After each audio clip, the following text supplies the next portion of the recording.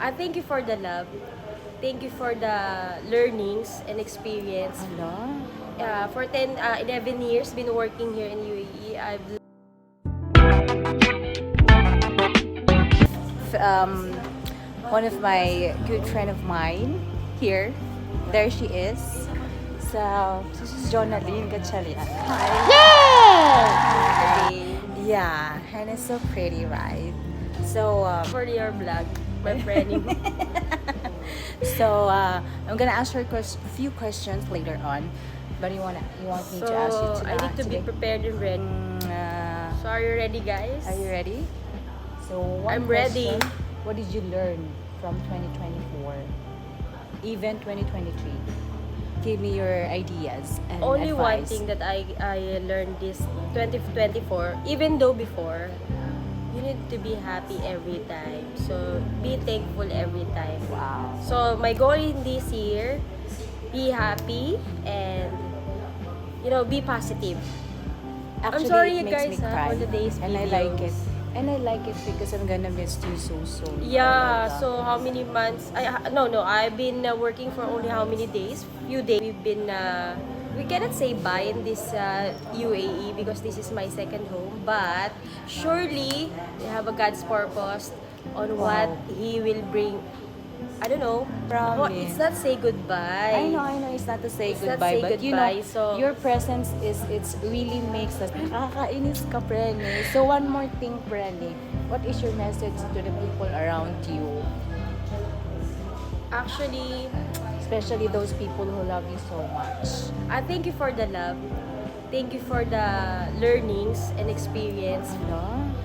For 11 years, been working here in UAE. I've learned and I met people that they have a different situation for being an OFW. So I'm glad because I'm one of them from before and after. So I'm really thankful for those people that giving me experiences and at the same time learnings because I can apply on myself and I really thank you of course to the Lord. If you don't mind, guys, I've been lost, but I found because of God. So thank you, giving experience because that experience until now that I've been learning, still learning actually because for that experience, actually more on experience until now, I can say that I'm really thankful. Even it's in pain, even if it's even if in hurt, in the time and the time will come, the time will change you, but your heart always be thankful and kind because you don't Ang know ganda what's ng you don't know in every situation if you're still alive. So be glad and thankful. Actually, hindi masyado makapag-English, but I'm really thankful. Pwede naman mag-Tagalog, walang problema sa akin. I'm really thankful kasi one of my good friends. We've been met on a been long time, but nagkaroon kami ng bonding Connection, parang ang sarap sa recently feel. lang. But Recently lang.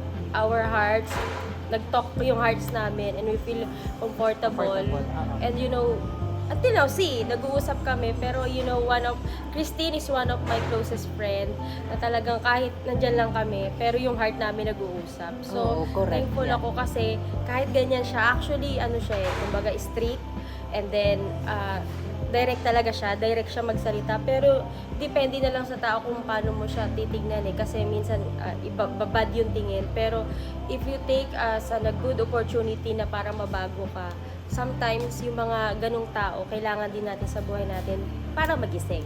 Exactly. So, hindi yan dahil porket may sinasabi siyang bad or para sa'yo, which is take advantage natin as a good. Kasi good friends and true friends, even if it's say bad to you, sila yung maglilid sa'yo sa totoo.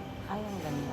So, yun yung pinakamaganda. Kasi walang friend na idadirect ka niyan sa Kasi mostly, kung idadirect ka man niya, lagi sasabihin niya sa'yo maganda, too good to be true. So, walang pangit sa'yo. So, good ka lagi.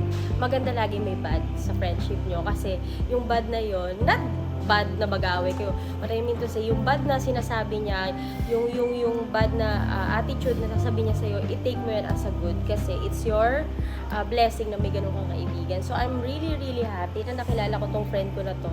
By the way, kahit na sobrang, pero we bond talaga na sobrang masaya and sobrang na-touch talaga ako dito for the last moment. Nagkaroon kami ng bonding. So, tagal ko nagtatrabaho sa land. Oh my God. Actually, unexpected to. Wala sa mind ko. Yes. Wala, I don't know, pero gusto ko siyang kausapin today. Pero, yun. Yung ang kahit sarap. kakadating Ang ko lang, sarap wala pang hinga-hinga. Ang Ang init sarap, na tapos. ang sarap kausap, Frenny. By the way, Frenny, taga saan ka, Frenny? Sa Manila lang ako, Freddy. Sa Manila. Sa Muntinlupa. So, ayun, pwede kayong bumisita. Ah, Pwede kayong bumisita. Sa Na dahil? Muntinlupa lang ako. Oo. Sa Manila. Actually, hindi to Muntinlupa? say goodbye ha. Hindi to say goodbye. Muntinlupa, Freddy. Frenny. Yes. Manila ba yan? Yes, Hindi pa ako Manila. nakapunta doon, Frenny. Sorry, So, Ay, makakarating ka doon ka bumababa sa airport sa Paranaque, di ba? Sa Paranaque, sa Frenny, Naiya. never pa akong nakapuntang Manila, Frenny. So, wala akong idea doon. So, guys, thank you for today. So, Thank you, I'm so glad. guys. Thank you. Mamimiss Thank ko you, kayo. Frenny. Mamimiss, Frenny. See you around. And God bless God everyone. bless everyone. Thank you so much, Jonaline Gatchalian from Muntinlupa. From Muntinlupa. Muntinlupa ba? Bye. See Thank you you. for Thank you for everything. Thank you so much, guys. Thank you. Love Bye. you guys. Love you guys.